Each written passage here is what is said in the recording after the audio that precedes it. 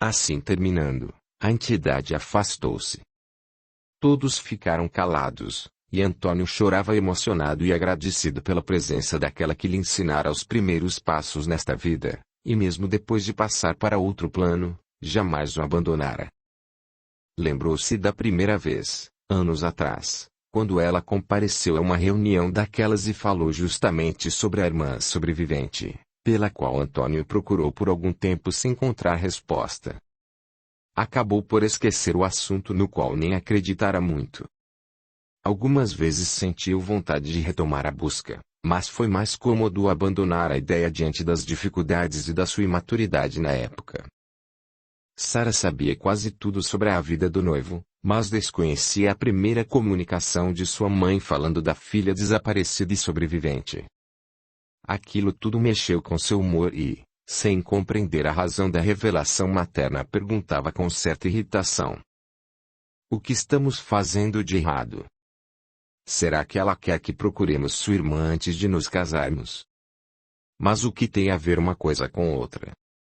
Estaria sua irmã correndo risco de vida por acaso, para ter tanta urgência? Não sei, meu bem, deve haver algo muito importante, pois o trabalho dela é sério. Não é a primeira vez que toca no assunto. Antes não acreditei, perturbei-me e preferi esquecer tudo, mas agora é diferente. Tenho hoje entendimento para saber que isso não poderia estar acontecendo em vão. Algo dentro de mim me chama à responsabilidade. Enquanto comentavam, Dona Cândida perguntava o que houve, pois era médium inconsciente e de nada se lembrava.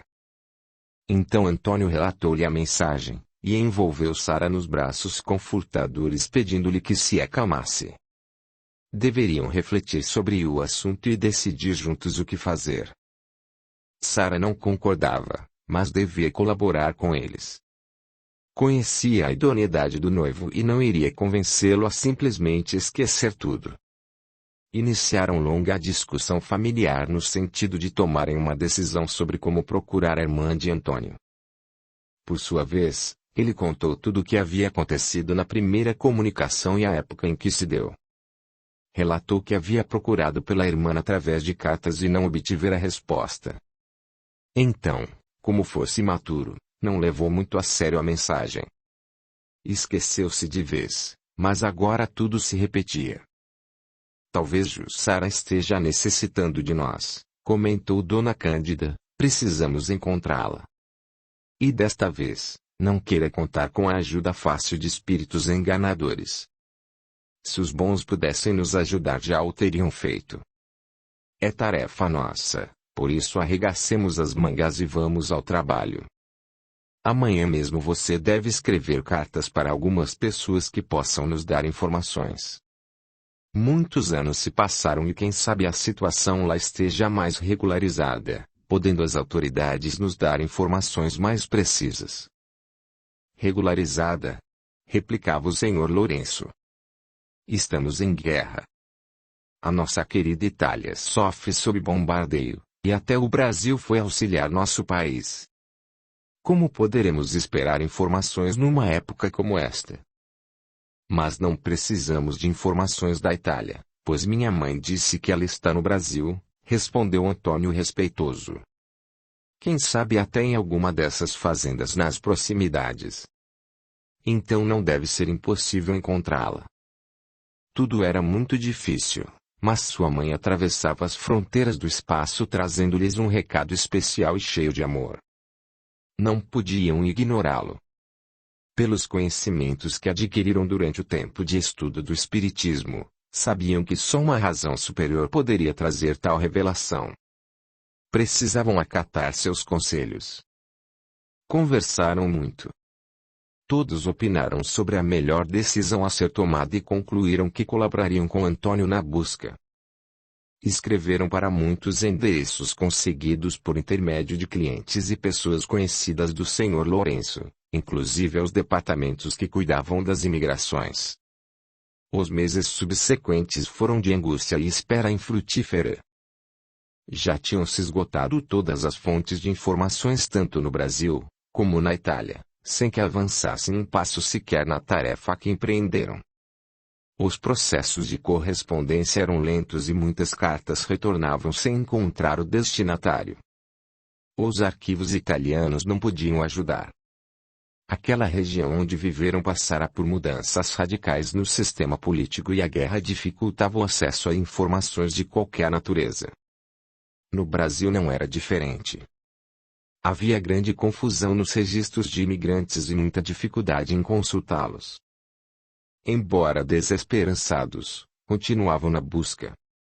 Não queriam desprezar o conselho da mãe, mas não sabia mais o que fazer. Na concepção de todos, aquele pedido de urgência nem fazia muito sentido. Mas decidiram que iriam esperar um pouco mais, e continuar as buscas. O casal de noivos não fazia a menor ideia do porquê da aflição materna, mas Dona Cândida e Dona Alete, mais experientes e amadurecidas pela vivência, desconfiaram de coisas que a princípio podiam parecer absurdas. Ambas, muito preocupadas, nem ousavam comentar seus pressentimentos. Naquele dia terminaram as orações e Sara saiu para a varanda respirar um pouco de ar puro da noite que estava linda. A lua surgira radiante de luz prateada e as árvores pareciam alcançá-la com seus galhos, ficando banhadas pelos seus raios luminescentes. Estrelas aos milhares pareciam bordadas no céu escuro, dando a impressão de que, estendendo-se as mãos, podiam ser tocadas. Antônio acompanhou a noiva calado. Abraçaram-se diante daquela majestosa paisagem e sentiam os corações pulsarem lado a lado como se quisessem fundir-se. O amor que os unia era muito forte, podiam esperar, compreender, mas nem por isso estavam tranquilos. Ambos refletiam e se preocupavam, cada um a seu modo, com o desfecho daquele pedido, que eles desejavam ignorar, mas já não conseguia mais. Sara quebrou o silêncio dizendo: Sabe, Antônio, embora não queira aceitar o pedido de sua mãe naquela comunicação, sei que alguma coisa ela acertou. Parece que nos conhecemos há mais tempo. Sinto como se já tivéssemos vivido juntos e muitas das nossas reações de carinho me são familiares. Porém, agora, sinto como se estivéssemos fazendo algo errado.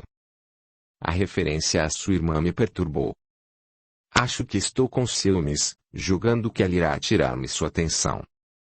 Passam-se coisas pela minha cabeça, cenas desconexas, medo de algo que não sei definir. Deve ser bobagens mesmo. Acalme-se, minha querida, respondeu ele. Você está preocupada com as palavras do Espírito bondoso que nos orientou com tanto amor. Não se deixe abater.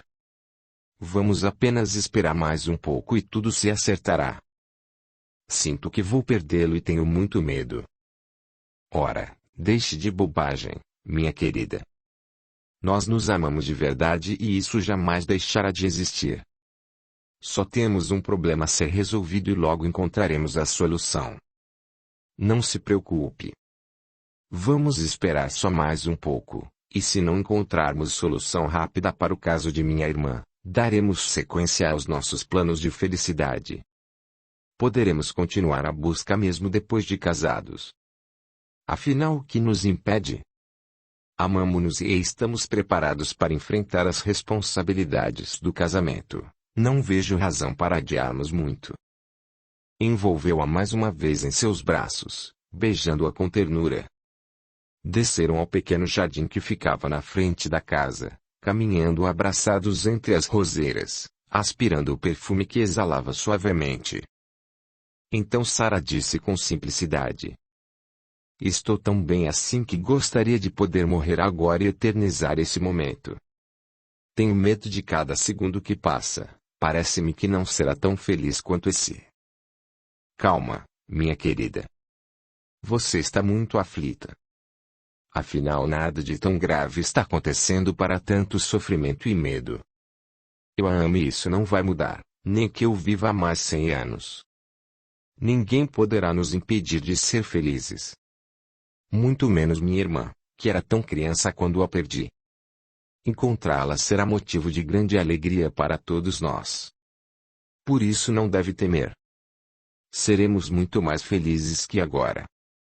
teremos nossos filhos e seremos uma grande família. Grande, unida e muito feliz. Não posso evitar, Antônio. Sinto uma tristeza muito grande a me oprimir o peito e tenho vontade de chorar a toda hora. As palavras de sua mãe se repetem no meu pensamento o tempo todo, como se quisessem me envolver em doces e ao mesmo tempo perturbadores eflúvios. Aliás, a presença dela aqui também me provocou forte emoção e lágrimas. O que estaria acontecendo comigo? Você está impressionada demais. Não compreende ainda todos os ensinamentos dos espíritos porque começou, há pouco, conhecê-los. Com o passar do tempo verá que tudo se tornará mais simples.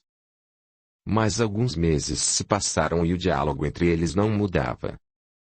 Caminhando abraçados no jardim, Antônio comentava tentando acalmar Sara em suas aflições. Amanhã, durante as nossas preces, pediremos a minha mãe que nos ajude a resolver os problemas que ela nos trouxe, porque estamos impedidos de dar sequência às nossas vidas, se quisermos atender ao seu apelo. Não sei mais onde nem como procurar minha irmã. Gostaria muito de resolver essa situação de vez, mas estou de mãos atadas. Às vezes tenho dúvidas sobre a importância que devemos dar à comunicação recebida. Penso até que tudo pode ter sido uma criação mental de Dona Cândida. Também já pensei nisso, mas ela é tão séria e boa, é difícil acreditar que se equivocou. E temos tido tantas luzes através das comunicações, Antônio, que não podemos duvidar delas, nem simplesmente ignorá-las. Estou muito aflita. Precisamos encontrar um meio de resolver a situação com discernimento, mas não posso negar que tenho tido pressentimentos terríveis. Só não deixo a dúvida tomar forma porque não é a primeira vez que recebo a mesma advertência, quanto a procurar minha irmã. Da outra vez eu a ignorei e parti por caminhos obscuros dos quais muito me arrependo. Talvez ela esteja aprisionada em algum lugar, necessitada do auxílio que podemos lhe estender. Quando penso em quantas hipóteses terríveis levaria a minha mãe a nos propor procurá-la, estremeço. Mas tenho fé em Deus de que haveremos de encontrá-la. Agora esqueça tudo isso, meu amor. Quem sabe amanhã surjam outras ideias. Pediremos orientação em nossas preces e tenho certeza de que tudo se resolverá da melhor forma. Agora vamos entrar, seus pais devem estar nos esperando. E assim dizendo retomaram um curto caminho de volta abraçados, silenciosos e pensativos. Já era madrugada quando Dona Arlete acordou ouvindo gritos que vinham do quarto de Sara. Levantou-se depressa e foi até ao local. Encontrou a filha se contorcendo de dores causadas pela picada de um escorpião que ainda se debatia, ferido sobre sua cama. Assustada, pediu socorro aos gritos. E de repente, no quarto da moça, estavam todos da casa dividindo a aflição daquele momento, na tentativa desesperada de ajudá-la.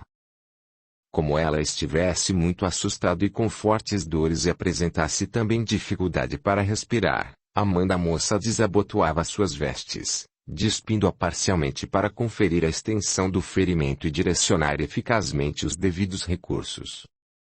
Ela tinha se deitado de bruços e o escorpião estava sobre os lençóis. Ao se sentir apertado pelo corpo da moça, defendeu-se agredindo-a na área do abdômen. Antônio e Dona Cândida não puderam resistir ao choque quando viram a marca enorme que ela trazia na região do ventre. Estava cicatrizada, mas lembrou-os imediatamente do que acontecera com Jussara. A situação requisitava atenção e cuidados para com a vida de Sara, que apresentava perigo iminente, mas ainda assim o rapaz mal conseguia disfarçar seu espanto. As pessoas que viviam isoladas da cidade desenvolviam suas técnicas especiais para resolver seus problemas como aquele. Era muito difícil o acesso a hospitais e a recursos mais aprimorados. Conheciam ervas, beberagens e faziam remédios caseiros que na maior parte das vezes funcionavam com eficácia. Felizmente o invertebrado não era dos mais perigosos e a quantidade de veneno injetada não causou maiores danos. Depois de algumas horas decorridas, muitos chás, e outras aplicações caseiras, a dor foi se acalmando, e ela, aos poucos se recuperou. Passado o perigo, todos saíram do quarto para que Sarah pudesse descansar. Mas aquela visão da marca não saía de seu pensamento, que trouxe à tona as palavras da mãe na comunicação mediúnica. Uma dúvida ocorreu-lhe tal qual espinho doloroso a ferir o coração sensível. Saiu na varanda tentando organizar o pensamento. Era muito difícil conseguir o equilíbrio naquele momento. As lembranças voltavam com toda a força e as cenas da infância chegavam em velocidade incontrolável. A bondosa mãezinha o alertara para procurar a irmã por 2 vezes. Na última, referiu-se à marca de queimadura que sofrera quando criança, na fazenda onde moravam. E Sarah tinha uma marca justamente na mesma região. Talvez nem tivesse prestado atenção no detalhe, mas se tivesse ouvido bem, tinha razões de sobra para ficar preocupada e temerosa em perdê-lo. Mas felizmente não conhecia sua história quanto a ter sido adotada quando pequena por Dona Arlete e o Sr. Lourenço.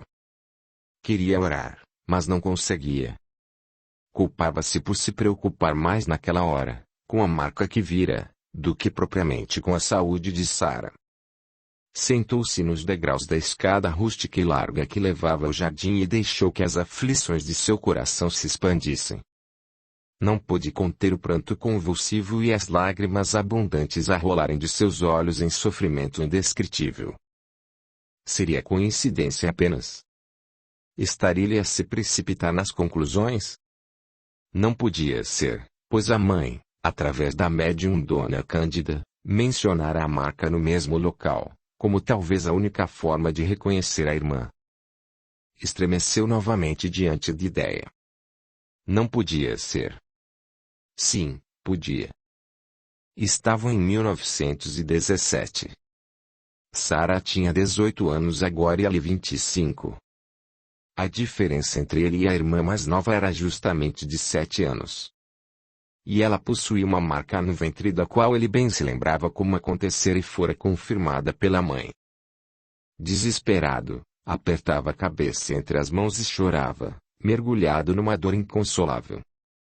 Nem percebeu que Dona Arlete o observava. Depois de deixar Sarah dormindo pelas beberagens, ela percebeu que ele tinha visto a marca. Ao vê-lo preocupado aproximou-se, dizendo: "Não fique assim, filho. Sarah vai ficar bem. Já passamos por situação semelhante. Sr. Lourenço sabe como lidar com isso. Não acredito que ainda corra risco, porque o escorpião não era dos mais venenosos. Acalme-se. Vá ficar com ela. Está à sua espera, quer carinho e atenção." "Dona Arlete", disse Antônio, "algo está me incomodando tanto que nem posso pensar nas suspeitas que tenho. Precisamos conversar longe da presença de Sarah. Eu vou vê-la assim que voltar. Preciso que me responda algumas perguntas. Ajude-me a tirar a dúvida cruel que me assalta a alma aflita neste momento." "Sim, claro, Antônio.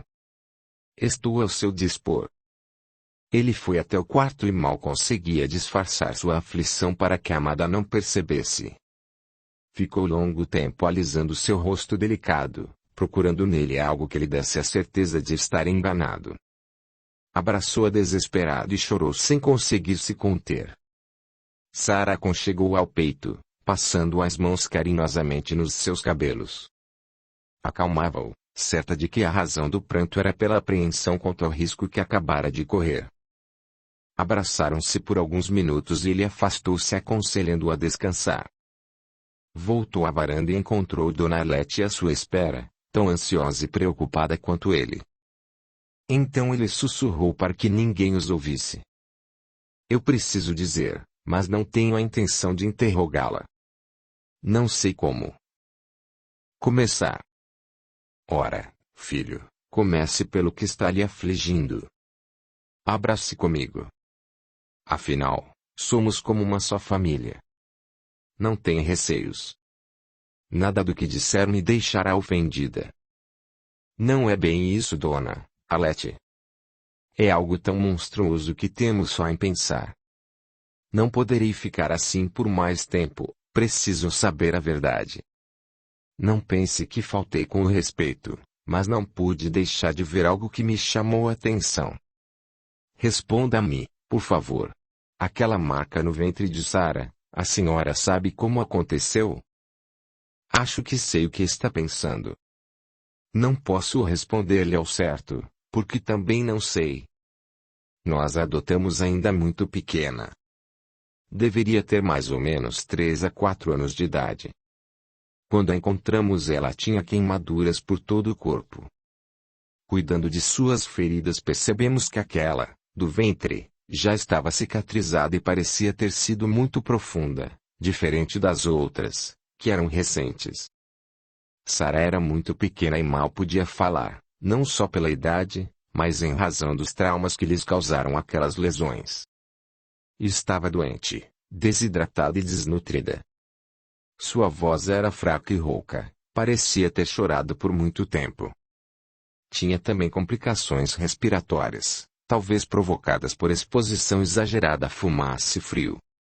Permaneceu muitos dias em tratamento intensivo, fez uma cirurgia e recebeu muito sangue, para que seu organismo se reabilitasse. Durante todo esse tempo, não saí de perto dela, que só sabia chorar e dizer mama. Mas algumas vezes, quando em febre alta, pronunciava o nome de alguém a quem deveria amar muito.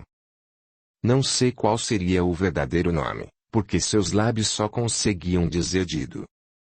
Às vezes sorria em seus delírios dizendo Dido. Dido. Nunca pude saber quem era esse Dido, nem o verdadeiro nome dela, pois jamais se lembrou. Assim como nada soube dizer sobre sua vida até então, e como chegou até aquela estrada, ou o que provocou aqueles ferimentos. Dona Alete, mergulhada nas recordações, olhava fixamente um ponto vago no infinito, como se visse as cenas que estavam gravadas em sua memória. Antônio ficou quieto e imóvel. De repente voltou-se para ele para medir sua reação e... Antônio. Oh! Antônio. O que está vendo? Por que está assim? Oh! Deus! Ajudem-me, por favor. Dona Cândida, ajude-me aqui, depressa, gritou desesperada. O que aconteceu? Antônio. Antônio, Dona Cândida chamava aflita. Segure a cabeça dele, Dona Alete, enquanto vou buscar as ervas aromáticas para fazê-lo acordar. E saiu correndo, atropelando o senhor Lourenço, que vinha ao encontro delas, depois de ouvir as súplicas aflitivas das duas. Ao ver Antônio caído, assustou-se. O que aconteceu? Disse ele. O que houve? Diga-me, Alete, pelo amor de Deus. Não sei, respondeu chorando. Estávamos aqui conversando e quando olhei para ele, estava assim. Será que disse algo que não devia? Ele me pareceu muito aflito, procurava uma explicação e fez-me perguntas sobre a cicatriz de Sara. Quando eu contava o que sabia sobre ela, ele desmaiou. Oh! Senhor! Ponto, não pode ser. Será que ele também pensou no que eu pensei? Sim. As palavras de sua mãe sobre a cicatriz da irmã. Ele desmaiou quando eu narrava a história dela. Eu contei que ela pronunciava aquele nome, Dido. Oh! Deus! Dona Alete tremia e estava quase sem forças, só em pensar nas hipóteses que poderiam ser verdadeiras e senhor Lourenço nada conseguia compreender. Mas logo Dona Cândida retornou com as ervas e estas foram fazendo com que Antônio reagisse. Acordado, mas ainda em estado de choque, provocou em Dona Cândida as mesmas dúvidas do senhor Lourenço. O que aconteceu? Por que ele desmaiou? Perguntava, tentando compreender a reação do rapaz. Continuava a cuidar dele, afagando seus cabelos com carinho maternal, enquanto Dona Alete repetia o final da conversa que tiveram antes que tudo acontecesse. Audiolivro realizado pelo canal Surya Chand Audiobook. Então Dona Cândida pôde compreender tudo e por pouco também não desmaiou. Pálida, com lágrimas a derramar dos olhos, sussurrava. Então era isso que a mãe dela insistia em dizer. Eles são irmãos. Esta menina é a pequena Jussara, que julgávamos morta na tragédia do vulcão. Ela o chamava de Dido e era a única palavra, além de Mama e Saia, a abreviatura de seu nome, que sabia pronunciar, até o dia fatídico, quando desapareceram. Mas como sobreviveu? Era tão pequena. Onde vocês a encontraram? Nós encontramos na estrada, quando voltávamos do hospital onde trabalhávamos como voluntários, numa cidade vizinha à nossa. Costumávamos ir lá nos finais de semana, não tínhamos filhos e o tempo não passava. Queríamos uma atividade que fosse edificante para aproveitarmos o tempo ocioso. Era noite e fazia muito frio, quando vimos um homem sinalizando desesperado para que parássemos. Pedia socorro para uma criança, bem amarrada sobre uma cadeira rústica pequena, caída dentro de um velho poço abandonado. Na queda a cadeira soltou-se ficando sobre o corpo inerte do animal que estava morto. A menina estava aparentemente desmaiada, continuava ela explicando, e tinha o corpo todo machucado. Os pés estavam queimados e suas vestes rasgadas. Seu estado era tão grave, mas logo percebemos que respirava. Retiramo-la e voltamos ao homem para oferecer-lhe ajuda, encaminhá-lo ao hospital, mas ele havia desaparecido. Foi estranho, pois estávamos na estrada, escura e fria. Não havia condução nenhuma além da nossa e ele havia desaparecido. Sara estava tão ferida e traumatizada que não podíamos perder tempo. Voltamos para o hospital e a entregamos aos cuidados dos médicos. Mesmo depois de tratada, jamais conseguiu contar qualquer coisa sobre o passado. Ninguém sabia quem era ela. Durante o tempo em que permaneceu sob cuidados médicos, não saímos de perto dela, dando-lhe cuidados, carinho e amor. Voltamos muitas vezes ao local do acidente, procurando algo que a identificasse. Perguntamos nos arredores sobre o homem que nos sinalizou na estrada, e ninguém o conhecia. Acompanhamos todo o tratamento doloroso pelo qual teve que passar, composto de cirurgia e curativos doloridíssimos, continuava ela a narrar. Passamos muitas noites em claro acalentando-a, tentando suprir-lhe a falta dos familiares, que não sabíamos quem eram. Por muito tempo esperamos notícias de alguém da família, mas nada disso aconteceu. Eram tempos de restrições naquela região, que dificultavam as comunicações. O vulcão encerrou suas atividades rapidamente, mas deixou um rastro de dor por onde derramar as suas lavas. Havia muitas pessoas desaparecidas e aquela criança não teve quem a reclamasse. Procuramos identificá-la legalmente, mas não havia nenhum registro de seu desaparecimento. Já a tínhamos adotado pelo coração e acabamos por fazê-lo legalmente, comprometendo-nos a educá-la da melhor forma. Ela pouco falava e como repetisse Saia quando perguntávamos seu nome, resolvemos batizá-la com o nome de Sara. Penso que nunca se lembrou do passado. Para nós tudo se transformou num grande mistério, que depois de alguns anos, deixamos cair no esquecimento porque seria melhor para todos. Amamos tanto essa criança que nos esquecemos de que não era nossa filha legítima. Sempre a cercamos dos cuidados necessários para que crescesse em segurança, guardada pelo nosso amor. Educamo-la dentro dos padrões exigidos pela sociedade e religião que conhecíamos, para que tivesse oportunidade de sobreviver quando não pudéssemos mais cuidar dela. Sabemos que ao tomar conhecimento dessa realidade, ela será tão infeliz quanto está sendo o Antônio agora. Olhem só o estado dele. Penso que não devemos dizer a ela, ao menos por enquanto. Não sei, respondeu Dona Cândida com voz trêmula e lágrimas nos olhos. Que faremos? Será que é ela mesma? É difícil duvidar de tantas evidências, responde Dona Cândida. Tudo está muito claro quanto à sua identificação. Só não posso imaginar como ela conseguiu sair com vida daquele inferno em brasas e chegar viva até a cidade. Como foi parar tão longe? Esperei tanto encontrá-la e agora que isso acontece estou tão triste. Como dar a notícia a ela? Eles se amam tanto. Como será daqui para frente? Oh, Deus! Estou alegre em reencontrá-la e triste porque sei que ela será infeliz, quando souber da verdade. Acompanharam Antônio até seu quarto e ficaram conversando enquanto ele descansava sob o efeito dos chás calmantes, que lhe foram ministrados, junto aos passes que o fizeram relaxar bastante. Porque essas coisas acontecem com pessoas inocentes que só querem bem. Lamentou o senhor Lourenço compadecido da filha amada. A menina sofre desde pequena. Não posso compreender.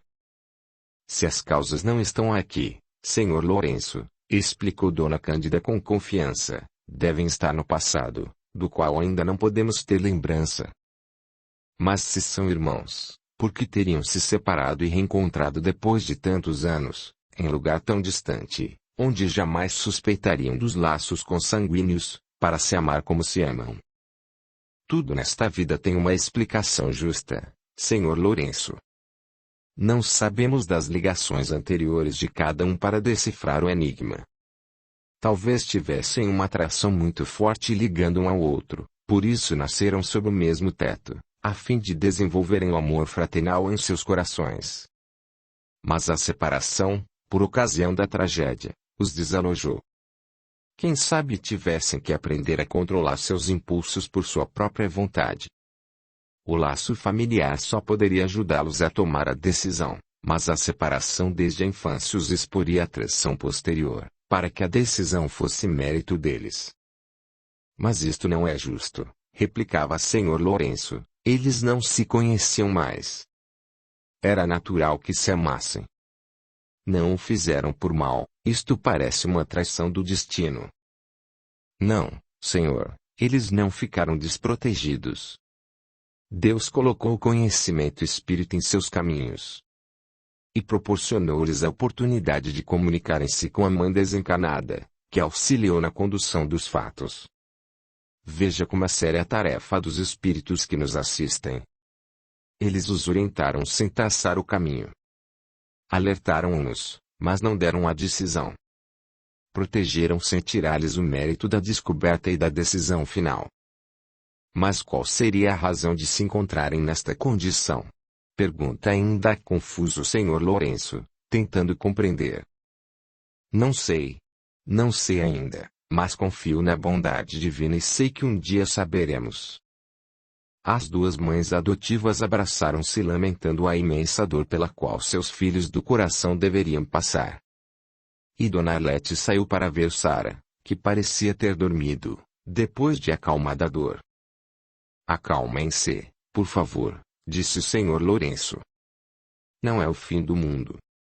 Eles são jovens e poderão superar a dificuldade com a força que possuem. Precisamos ajudá-los e para isso temos que ter equilíbrio, senão nada conseguiremos. Nossos filhos são pessoas honradas e dignas e saberão encontrar a felicidade. Tudo na vida passa e esse trauma também passará, como já passaram tantos outros. Se os amamos de verdade, o que importa agora é estar do lado deles para orientá-los sobre o melhor a fazer. Por favor, Dona Cândida, conte-nos tudo o que sabe sobre Sara e Antônio. Como aconteceu a marca de queimadura que ela tem no abdômen? A senhora sabe? Então a ex-babá buscou em sua memória as imagens vivas daquele dia fatídico. Antônio tinha mais ou menos 9 anos e Jussara 2. Ela mal caminhava, mas ele já ajudava o pai nos trabalhos da fazenda. Estavam marcando, com ferro quente, os animais que tinham adquirido recentemente. Era uso habitual marcá-los, para que não se perdessem. O pai ensinava os detalhes da profissão para o único filho homem que, embora muito jovem, deveria ser preparado para substituí-lo.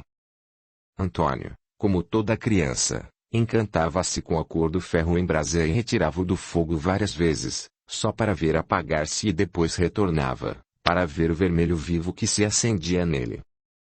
Jussara gostava muito de Antônio e sempre que lhe permitiam estava ao redor dele. Onde quer que ele fosse, queria acompanhá-lo. Ele a protegia, e dedicava-lhe muita atenção e carinhos, mais que as outras irmãs. Quando as atividades dele exigiam que a deixasse, ela ficava contrariada. Era preciso que ele saísse às escondidas para evitar-lhe o choro. Mas para recompensá-la pela ausência, ele sempre retornava com alguma coisa interessante para presenteá-la, fosse uma flor, um doce, ou mesmo algum brinquedo construído com frutos do mato e muita imaginação. Muitas vezes trazia pequenos animais ou insetos inofensivos para ensiná-la como deveria respeitar a vida de qualquer espécie. Era muito carinhoso e tinha paciência admirável com ela. Gostava das outras irmãs também, mas a irmã mais nova parecia ter sempre a sua preferência. Jussara, aproveitando-se de um descuido de todos, atravessou o terreiro que separava a casa do local onde eles trabalhavam. Ele retirou o ferro do braseiro, ficou segurando maravilhado com a cor incandescente, apontando-o para fora, como se fosse encostá-lo em algo invisível. Ela chegou de repente sem que ele a visse. Rumando diretamente para onde o irmão estava, com seus passinhos curtos e imprecisos, tropeçou nas cordas espalhadas pelo chão, projetando-se rapidamente para a frente. E batendo a mão no braço de Antônio, fez o ferro cair exatamente sobre o seu ventre. Seus gritos de dor se fizeram ouvir em quase toda a fazenda e muitos correram para ajudá-la. Antônio também se queimou quando retirou o instrumento quente da pele da irmã, mas bastaram alguns segundos em contato com o calor intenso para que lhe provocasse ferimentos graves numa região extremamente delicada. Precisou ser levada às pressas para a cidade onde permaneceu durante semanas em tratamento médico. A queimadura foi profunda, mas felizmente não chegou a prejudicar seus órgãos internos, mas foi um grande susto e muitas dores. De volta ao lar, todos se desdobravam em cuidados com a pequenina convalescente, mas Antônio não saiu do seu lado até que se recuperou totalmente. Afastou-se de todas as suas atividades, até mesmo escolares, para cuidar dela, que o chamava insistentemente. Dido. Dido. Minha menina. Como era pequenina quando tudo aconteceu, exclamava a dona Cândida. Antônio ouvia tudo num silêncio desolador, que era só aparente. Dentro dele o pensamento corria barulhento, de um tempo a outro em suas recordações, trazendo imagens distorcidas que se apresentavam como verdadeiros monstros em sua memória. Recordou as palavras da mãe e então tudo fazia sentido. Era mesmo sua irmã quem estava ali do seu lado, prestes a ser sua esposa. Oh! Deus! Exclamava intimamente, desesperado. Que fizeste comigo? Por que novamente essa dor me assalta? Leve-me daqui, pois não terei forças novamente. Estávamos tão próximos da realização do nosso maior sonho. Tudo parecia correr a nosso favor. Sinto como se uma tempestade tivesse desabado sobre nossas vidas, varrendo esperanças de felicidade. Não sei o que fazer. Se eu morresse agora seria menos doloroso para ela, do que essa triste revelação. Não podemos conviver como irmãos, quando alimentamos o desejo de nos entregarmos um ao outro, como parceiros de um amor grande e profundo. Como não pensar em Sara como a única mulher que amei em toda a minha vida?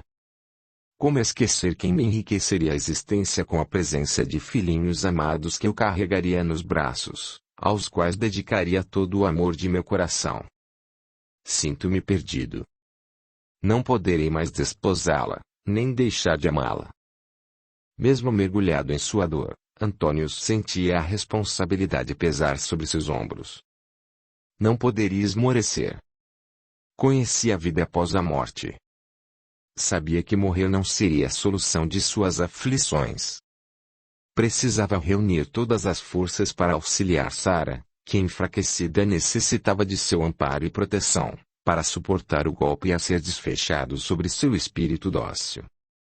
Elevou o pensamento como já havia aprendido a fazer, pedindo perdão pelo desespero. Sabia que Deus não o deixaria desamparado, que estaria a ouvir-lhe naquele momento crucial. Pensando nisso, Entregou-se, confiando ao Pai Supremo a trajetória de sua existência. Ajuda-me, Senhor. Dá-me força para suportar essa dor e fazer cumprir a tua vontade. Uma vez desviei-me do caminho certo por desprezo aos ensinamentos de teu Filho Jesus e isso me custou muitas dores e arrependimento sincero. Por mais que sofra, não voltarei a errar. Não quero provar novamente o sabor da derrocada, ainda que tenha dores insuportáveis. Sei que a tua luz me iluminará e por certo mais adiante poderei compreender o porquê desta prova. Ajuda-me, Senhor. Não permita que eu esmoreça nesta hora. Dá-me coragem para conversar com Sara e ajudá-la a aceitar o que nos é inevitável, sem revoltas. Temo por ela, que ainda é tão criança. Ampare-a, Senhor, e com teu imenso amor, ensina-nos a cumprir os teus desígnios. Naquele momento, percebendo que o rapaz precisava refletir sobre todas as informações recebidas, Dona Cândida aceitou a sugestão de Senhor Lourenço e retirou-se, deixando-o sozinho. Ele continuou com pensamento elevado suplicando ao céu algo que lhe pudesse sustentar naquele momento tão difícil de sua vida. Foi quando sentiu uma brisa suave roçar-lhe a pele, enquanto começava a vislumbrar a luz azulada de entidades superiores que ali compareciam. Era a primeira vez que via cena de tal beleza, captando as vibrações harmoniosas e irradiadas pelo ambiente onde se encontrava. Viu, então, sua mãe com toda a nitidez que parecia poder tocá-la. Deixou-se envolver pelo carinho que de seus olhos emanavam, sentindo embalá-lo nos braços, como fazia quando ele ainda era um bebê. A princípio desequilibrou-se, mas logo conseguiu controlar a emoção dos primeiros momentos, e então ele pôde ouvir, diretamente, suas palavras amorosas. Ouça-me, filho querido, não estou aqui sozinha a trazer-lhe conforto e instruções. Se venha porque a bondade infinita de Deus, nosso Pai, nos permite essa misericórdia. E também porque você tem demonstrado esforço e persistência sinceros no bem. Saiba, meu querido, que meu coração está imensamente agradecido por essa correção que se realiza agora em sua vida e de sua irmã. Conheço a necessidade de ambos, e creia, todo esse sofrimento poderia ter sido evitado se tivesse ouvido meu conselho desde a primeira vez. Mas não podemos interferir na decisão de ninguém, nem mesmo dos que amamos muito. Só pude trazer novo conselho quando estiveram na iminência de cometerem erro ainda maior. E graças dou a Deus por ter permitido que nossos mensageiros interferissem, de modo a desvendarem tudo, antes da consumação do enlace. Você e sua irmã um dia saberão o porquê de toda a história da qual são protagonistas. Na realidade ela começou há muitos séculos atrás, e este é o momento do resgate, doloroso, mas libertador. Por ora tenha muita força e coragem, e não esmoreça. Enquanto estiver com o pensamento vigilante poderemos auxiliá-lo, fortalecê-lo. E se continuar firme no propósito de fazer cumprir a vontade divina, terá à sua disposição a ferramenta de trabalho pronta para usar, em auxílio do semelhante. Não tema, nem vacile, meu filho, porque precisamos de trabalhadores de boa vontade para engrossar as equipes de socorro e amparo que se organizam nos dois planos, trabalhando em conjunto pelo esclarecimento e progresso da humanidade. Há muito para ser feito e poucos cumprem os compromissos assumidos antes da reencarnação, depois de conhecerem as tentações que o mergulho na Terra oferece. Como vê, não está nem ficará sozinho, mas é preciso que queira realmente dedicar-se ao adiantamento. Deverá custar-lhe muitos sacrifícios e renúncias, e uma grande força interior para a mudança de hábitos, correção de vícios, até moldar-se dentro dos padrões necessários para ser verdadeiramente útil. Una-se em pensamento aos mensageiros divinos que nos aguardam e siga em frente sem medo. Poderá regozijar-se ao ver as lágrimas de gratidão dirigidas a Deus por aqueles que foram aliviados através de suas mãos caridosas, mas esta será sua única recompensa aqui, pelo bem que faça. Não espere agradecimentos nem o reconhecimento alheio.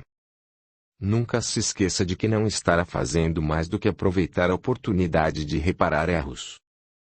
A misericórdia de Deus, através do plano superior, reverterá seus atos nobres em seu próprio benefício. Que Jesus o abençoe e fortaleça seus bons propósitos.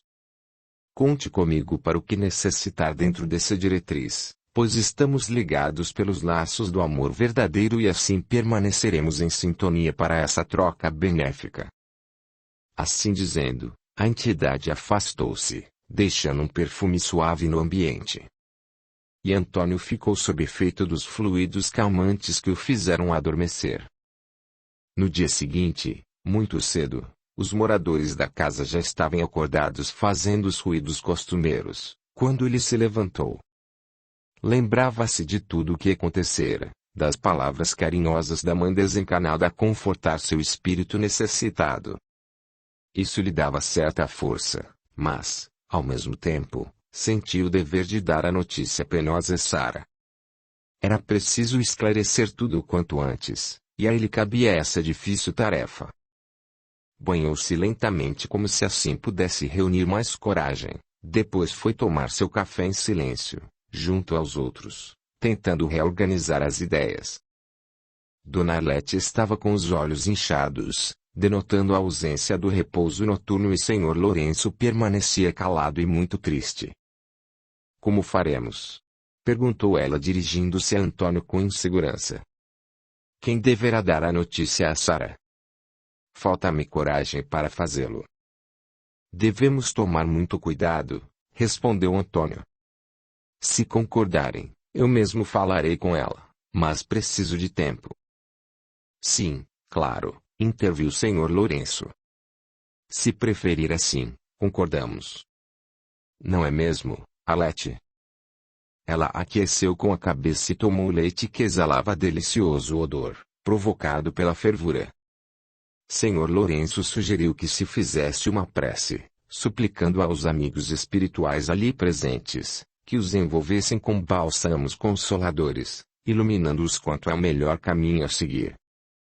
Terminada a rogativa, cada um foi cuidar das atividades que dividiam na fazenda. Sara ainda dormia sob efeito dos chás calmantes que tinha tomado. E Dona Arlete estava a todo momento em sua cabeceira desdobrando sem cuidados e preocupações. Antônio não conseguiu trabalhar. Sua atenção e pensamento estavam voltados aos últimos acontecimentos. Tudo lhe lembrava o amor que agora reprimia dentro do peito como algo proibido. Sentia-se estranho. Sara era a mulher amada e ao mesmo tempo aquele bebê que aprendeu a amar como irmã. Tão contraditórios sentimentos o envolviam. Era difícil associá-la a Jussara, que lhe deixara uma ferida aberta no peito, desde o seu desaparecimento com a família naquela noite de terror. De qualquer forma, poderia ter a irmã tão querida novamente nos braços.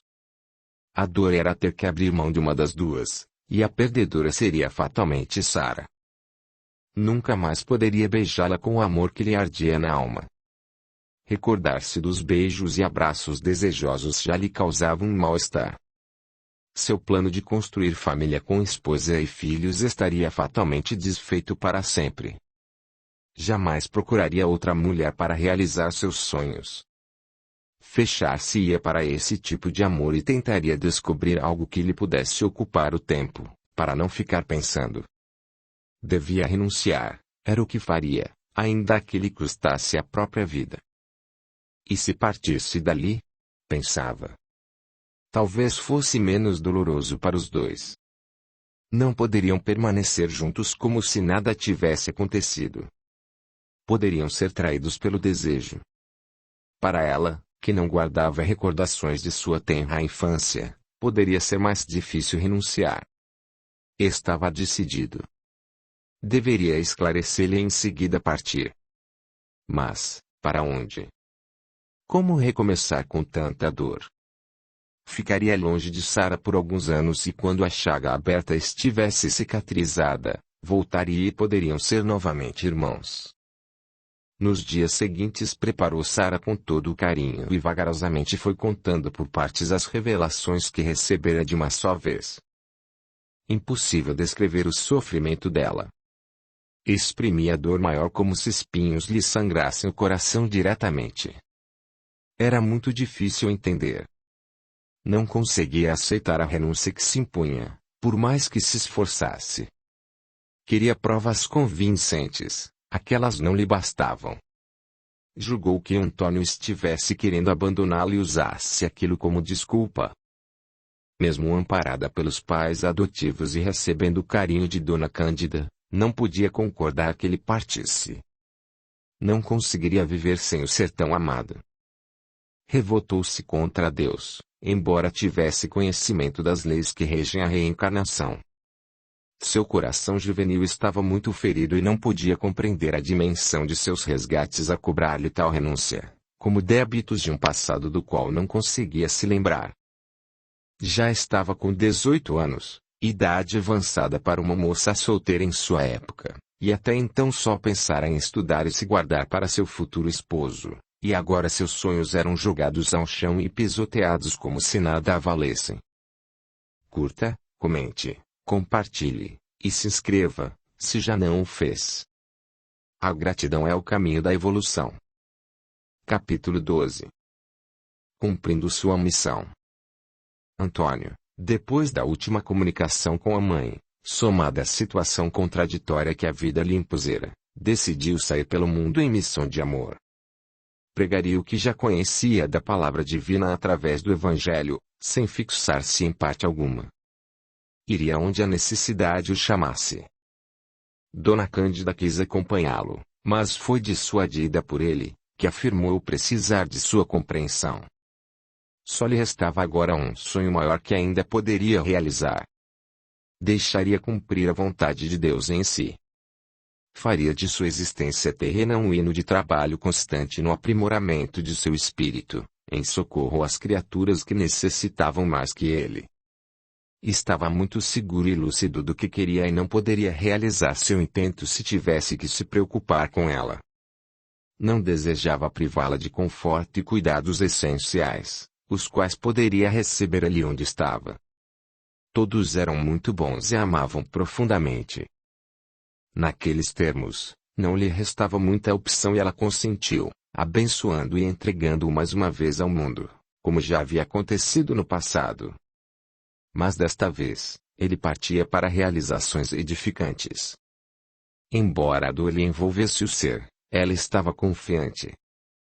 Assim partiu levando apenas algumas provisões e roupas suficientes para manter-se higienizado, contrariando o senhor Lourenço, que lhe ofereceu o dinheiro necessário para sua sobrevivência.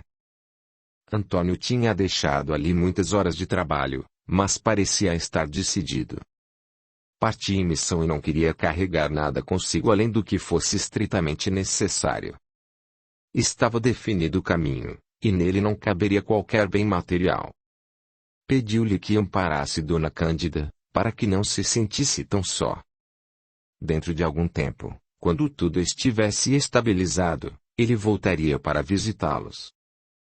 Tendo o consentimento do senhor Lourenço e as bênçãos de Dona Arlete e Dona Cândida, partiu deixando ali os bens mais caros de sua existência. Entregar-se-ia à nova tarefa ocultando a dor íntima, propondo-se a enxugar as lágrimas dos que lhe cruzassem o caminho, marcados pelo sofrimento. Estava convicto de que esse seria o caminho a seguir. Os anos se passaram. Viveu em lugares desprovidos de conforto, privou-se muitas vezes até mesmo do necessário para atingir seu objetivo. Vivia auxiliando, e com isso cresceu espiritualmente. Aplicando seus conhecimentos e recursos naturais em favor dos semelhantes, juntou-se a um pequeno grupo de pessoas com o mesmo pendor. Estudou e trabalhou muito para oferecer à humanidade algum alívio. Assim educou aptidões de cura que trazia em seu espírito, já prontas para serem utilizadas. Livrou-se assim de terríveis compromissos assumidos anteriormente, quando, em pacto com entidades trevosas, enveredara-se pelos caminhos obscuros do desregramento. Compreender a tempo a necessidade do trabalho e da doação constante para quitar seus compromissos anteriores, e resgatou-os com seu suor e trabalho.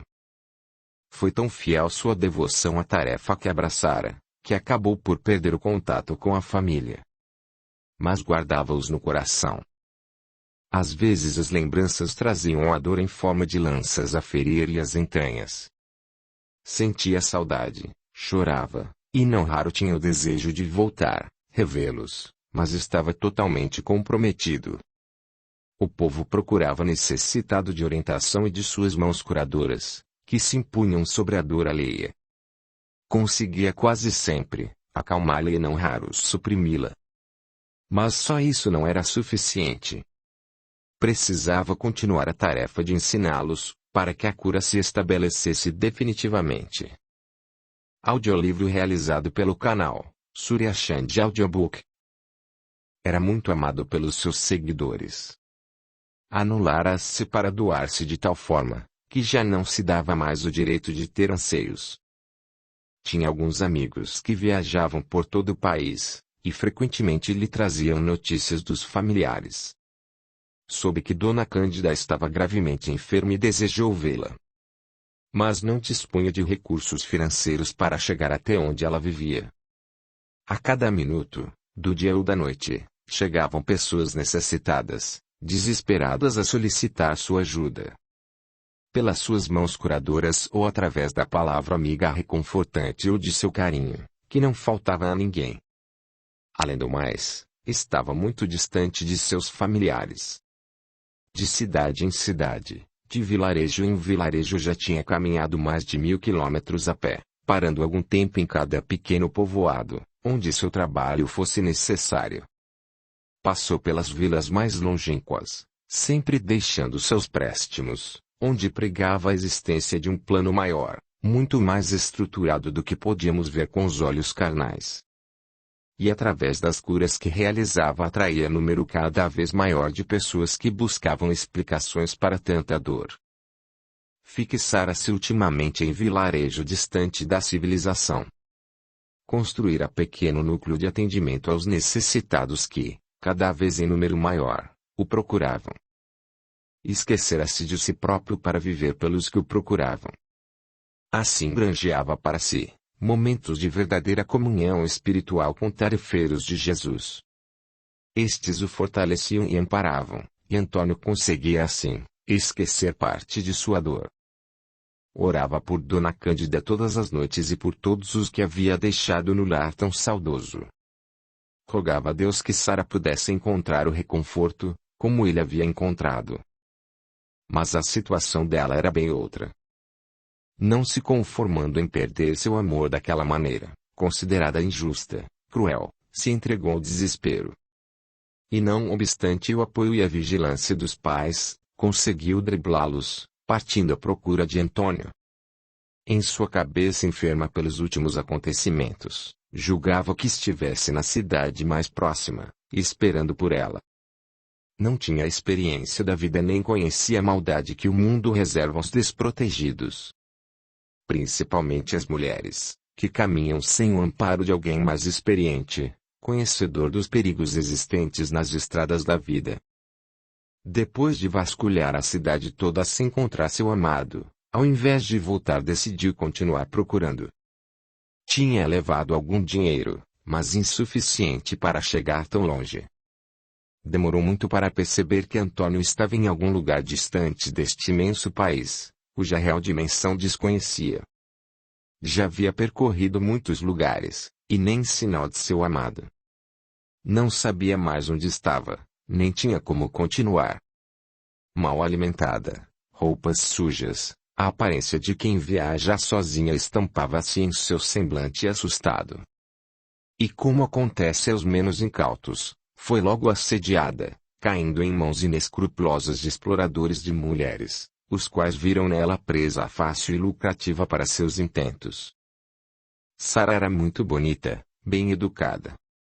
Dava para notar que não era uma moça qualquer. E isso representava ainda mais lucros aos olhos dos aliciadores, os quais já se regozijavam com a quantia em dinheiro que conseguiriam com a entrega daquele pacote precioso aos interessados. Quando se apercebeu da situação tentou fugir, mas já era muito tarde. Todos os seus caminhos estavam bloqueados. Raptada e transportada durante a noite, foi trancafiada em um quarto de local distante. E dali partiria, segundo seus sequestradores, no dia seguinte para outro lugar onde seria vendida como escrava. Passou a noite deitada no chão frio sem nada que a pudesse aquecer e chorou copiosamente. Lembrava-se do lar que deixara em busca daquele que representava ainda para ela a felicidade maior. Desesperada, sem encontrar solução para os problemas junto à família, agora estava diante de um perigo iminente e não tinha a quem recorrer. Naquele momento, lembrou-se dos estudos que faziam em casa e das palavras de Antônio ensinando a cultivar a fé acima de tudo. Como se deixara levar por impulso tão perigoso? Pensava. Onde estava com a cabeça quando decidiu sair de casa daquela maneira? Jamais se afastara de seu lar sem a companhia dos pais. Não conhecia nada. Não poderia ter feito aquilo. Estaria ficando maluca. Parecia estar acordando de um pesadelo que lhe assomara a alma, mas ainda vivia dentro dele, e não tinha como fugir. Recordou-se mais uma vez da figura do noivo. Pareceu vê-lo proferir uma prece que a envolveu naquele instante elevando-a, como acontecia quando se uniam para orar. Rogou a Deus com tanta firmeza que avistou pequena luz azul acercando-se do quartinho onde fora trancafiada. Na medida em que se aproximava, transmitia-lhe confiança e esperança. Embalada pela doce visão, vislumbrou o rosto de sua mãe carnal. Não mais se recordava de sua fisionomia, mas, sem saber, reconheceu-a imediatamente. E sem conseguir mover-se ouviu-lhe a voz a dizer com doçura: "Tenha calma, minha filha, estou aqui para ajudá-la." Está desesperada e com razão. Mas o que está acontecendo é devido à não aceitação dos desígnios divinos. O passado, ressarcido com as lágrimas de hoje, proporcionará a paz no futuro. Não se entregue dessa maneira. O sofrimento de hoje é reflexo dos equívocos do passado. Mas ainda é tempo de absorver-lhe os ensinamentos valiosos, aplicando-os mais tarde em favor de outras criaturas. Não se revolte. Aquiete seu coração, que precisa de cuidados especiais, porque ainda tem muito a realizar nesta oportunidade que Deus lhe concede. Ame seu irmão, mas não queira aproximar-se mais dele. Ainda não lhes será permitida a união como desejam. No entanto, deve lutar para realizar outras tarefas que lhe foram confiadas, e obter assim o aval para o reencontro no futuro, livre dos débitos que hoje lhe ofuscam a felicidade. Continue orando e rogue a Jesus o socorro para este momento, e ele não a desamparará. Fique em paz. E assim dizendo, foi se distanciando até desaparecer no infinito, que já não se limitava às quatro paredes do local apertado.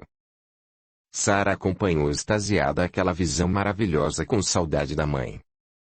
E quando voltou a si, ouviu passos que se aproximavam. Olhou pela fresta da porta e viu alguém, que parecia ser um viajante, puxando as rédeas de um animal, absorto em pensamentos. Ela não hesitou em pedir-lhe socorro, mesmo correndo o risco de ser ouvida pelos que a aprisionaram. O bom homem, localizando-lhe o chamado, aproximou-se cuidadosamente e foi logo arrombando a janela permitindo sua fuga. Amparou-a fazendo significativo gesto para que não fizesse barulho e levou-a para bem longe. Quando puderam parar, sentindo-se em segurança, ela, ainda assustada, contou o que lhe havia acontecido. Comovido, ele a protegeu e providenciou para que regressasse ao lar em segurança. Passaram-se mais alguns anos, e a moça, ainda triste, pensava muito em Antônio. Até que, um dia, apareceu alguém em sua vida. Amaro, homem gentil e educado, com experiência adquirida no decorrer dos anos, conseguiu conquistar seu coração. Casaram-se e tiveram 3 filhos, enchendo de alegria o coração dos idosos pais, que já se sentiam solitários. Dona Cândida continuou junto deles, amando as crianças como verdadeiros netos. A felicidade, finalmente estabelecera-se naquele lar. Até que Dona Cândida, vitimada pela tuberculose, desencarnou abençoando os amigos que sempre a amaram e ampararam. Sara e Amaro ficaram morando com os pais durante alguns anos, enquanto construíam uma casa confortável na cidade, e depois transferiram-se para lá. Senhor Lourenço andava muito cansado do trabalho exaustivo que a propriedade exigia para manter-se produtiva. Muitas vezes pensou em vender tudo e mudar para perto da filha e dos netos tão queridos, dos quais sentia muita falta. Não demorou muito e foram morar juntos novamente, agora, na casa de Sara, na cidade. Amaro administrava uma empresa marítima que cuidava de exportação. Ausentava-se do país com frequência para a realização de negócios, pois a matriz situava-se na Itália. Não gostava de deixar a família desprotegida em suas viagens, por isso ficou feliz com a ideia de ter os sogros novamente em seu lar. Tinha por eles consideração e o maior respeito.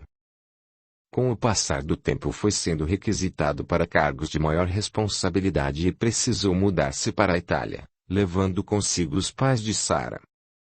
Eles já gostavam do Brasil, mas ficaram muito felizes em voltar para sua terra natal. Passaram a morar na região central do país, numa cidade próxima a Roma.